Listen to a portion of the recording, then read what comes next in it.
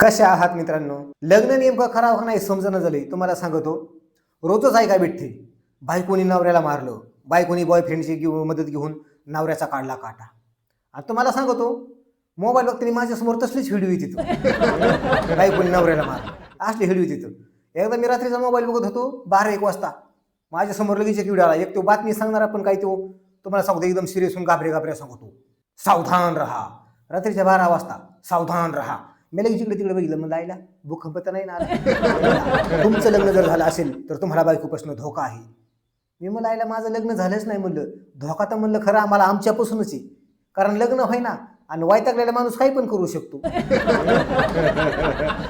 मी तर असं स्वतःकडे बघितलं ना, मला तर कधी कधी असं वाटतं आईला मी जर मुलगी बघायला गेलो ना तर मुलगी माझ्या चहामध्ये औषध टाकाय बसली.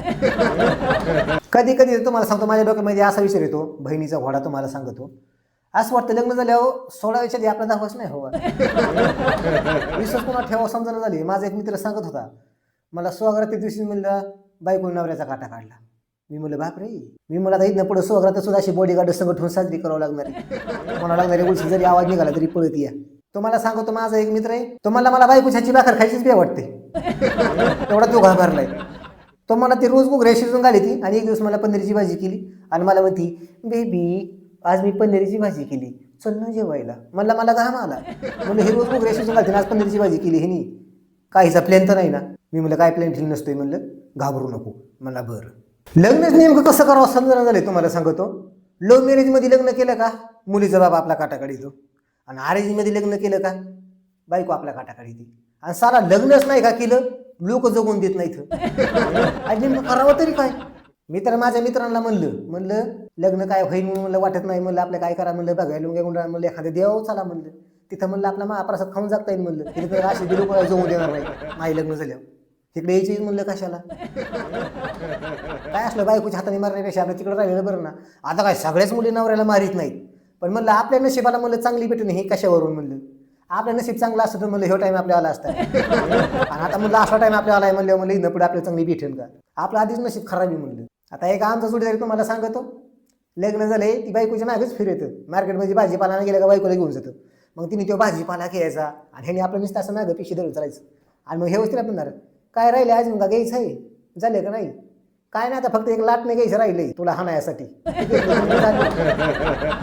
काय ही जिंदगी होय. तुम्हाला सांगतो आताच्या ज्या मुली आहेत ना त्या सासरवास थोडा पण सहन करीत नाहीत. अजिबात नाही. पहिल्या महिला बघा तुम्हाला सांगतो त्या बिचाऱ्याला किती सासरवास. ती सासू सासरवास करायची. त्या सासूच्या अंगात कोणता अवतार उसायचा काय माहिती. बिचारी ती बिना तेलाची भाजी खायला द्यायची सुनाला. त्या पहिल्या जुन्या काळातल्या सुना सासरवास सहन करायच्या. बिना तेलाची भाजी खायच्या, काबड कष्ट करायच्या आणि काबड कष्ट करून त्यावेळेस पैसे पण भेटत नसं. थोडेफार पैसे भेटले तर ती नवऱ्याने घ्यायची, दारू प्यायची, तिच्या काळातलं सोनं ऐकायचा, तो दारू पिऊन तिला हाणायचा तरी ती बिचारी घबरायची. कारण तिला आपल्या नवऱ्यामध्येच देव आणि फाटक्या तुटक्या घरामध्ये तिला स्वर्ग दिसायचा. तरी पण ती बिचारी कधी बापाकडे सांगत नव्हती. आणि बापाची जरी घरी गेली तर बाप लगेच हाकलून द्यायचा, तो माझ्या तुझ्या नवऱ्या दाराचा. तसं आता नाही राहिलं. आता फक्त नवरा जर उलसा दारू पिऊन आला ना एवढीशी तरी ती लगेच फोन लावणार आईला, हॅलो मम्मी यांनी खूप ड्रिंक केली आणि हे मला मारतात, आता तू सांग मी काय करू. मग तू पण 2-3 पॅक वड दुसरं काय करू. आताच्या मुलीला तुम्हाला सांगतो नवरे निष्ठा 2 जरी शिवी दिले ना तरी तिला चक्कर येणार. ती म्हणणार ओ माय गॉड हा असं काय बोलतोय. जस काय हे शिव्या कधी ऐकलेच नाही था, तो नवीनच काहीतरी बोलत होई. जस काय आता हे लय चांगल्या वातावरणामध्ये लहानाची मोठी झाली. आता हिच्या बापाने हे जायला 12 महिने भांडे फेकून आणलेले असतील. तुम्हाला सांगतो ही बायको नवऱ्याला मारती हे असले प्रकरण कशामुळे घडते तुम्हाला माहिती का. मुलीला जो मुलगा पसंत आहे का त्या संगतीचं लग्न लागत नाही.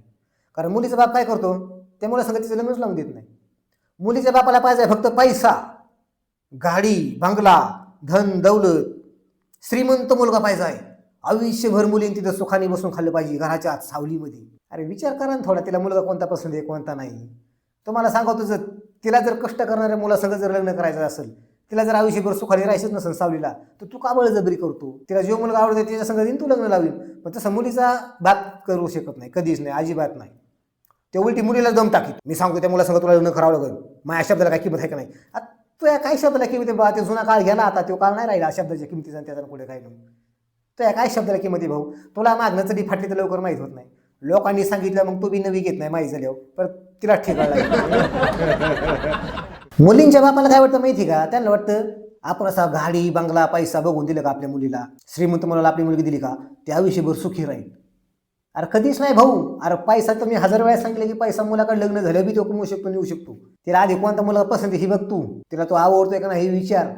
असले तुम्ही दम टाकून बळजबरीने लग्न लावायचं मग हे असले मेटर घडे लग्न झाले. मी तुम्हाला सांगतो मुलांनो, लग्न करताना ना फक्त असं मुलीचा गोरा रंग बघू नका, बिलकुल नाही. आपले आजकाल मुलं बी काय करतात, मुलगी दिवशी बघितली का अशी बघायला गेली गुरी असली का वा, हे आपल्या लोकांना पण जोडा लागतो. संस्कार गुण कसे हे अजिबात कोणी विचार नाही करीत, फक्त जोडा. मुलगा आणि मुलगी अशी सुंदर दिसले पाहिजे दोघं बी.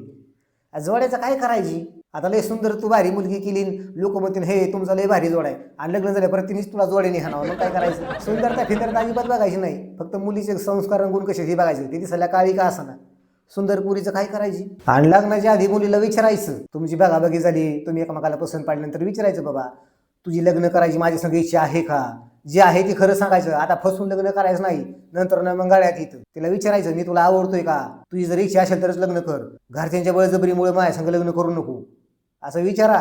नाही तर आजकाल लोक काय म्हणतात हे तसलं काही विचारू नका बाबा, नाही तर मग ती नाही म्हणी लग्न होतंय तुम्ही येतच खुश व्हा, लग्न होण्याला मग अजिबात नाही. या भंगार लोकांचं ऐकून जर तुम्ही लग्न केलं तर मग भर जवानीमध्ये तुमच्या फोटोला हार लागणार, मोठ्या तुम्ही अशी भीतीला असणार लाटाकलेली. आणि मग लोक घरी आले का मग म्हणणार हे कशाने गेले, म्हणणार त्यांचा बायकोनीच काटा काढला झोपीमध्ये. आम्ही मस्त लागणार लई खर्च केला पण त्याची बायकोच खराब निघाली, आम्ही काय करणार. त्यामुळे मी तू जागेवर ठेवायचा, लोकांचं ऐकून लग्न करायचं नाही कोणासंग. नाही झालं. असे किती चांगले लोक आहेत राव, किती एवढी मोठमोठे बिझनेसमॅन श्रीमंत लोक आहेत, त्यांनी लग्न नाही केलं, त्यांच्याकडे एवढा पैसा आहे. आपल्याकडे तुम्हाला सांगतो दाराच्या बाहेर पाऊल टाकूस्तवर आपली जमीन संपत्ती, आपल्याकडे तर काही नाही. सकाळ बाथरूमला आपल्या लोकांच्या रानात जातात डबा घेऊन 2 लिटरचा, आपल्याकडे काय तरी आपण विचार करायचा आयला माझ्याकडे एवढी जमिनी मग तिचं काय होईल, त्याला वारच नको का. हे भंगार विचारित लोकांकडे करोडो रुपये आहेत, त्यांनी अजून तसला विचार नाही केला. मग तो याकडे लय आहे तर मग दे ना गरीबाला दान करून टाक. कमीत कमी तो दान करून जर मिळाला तर तुला पुढचा जन्म चांगला भेटेल. माझं फक्त एकच आहे, 2 शब्द चांगले सांगत असतो मी लोकांना चांगलं सांगायचं माझं एक काम आहे. काही ना माझ्या बोलला राग बी येत असेल पण राग मानू नका, आणि माझ्या चॅनलला सबस्क्राईब करा. धन्यवाद.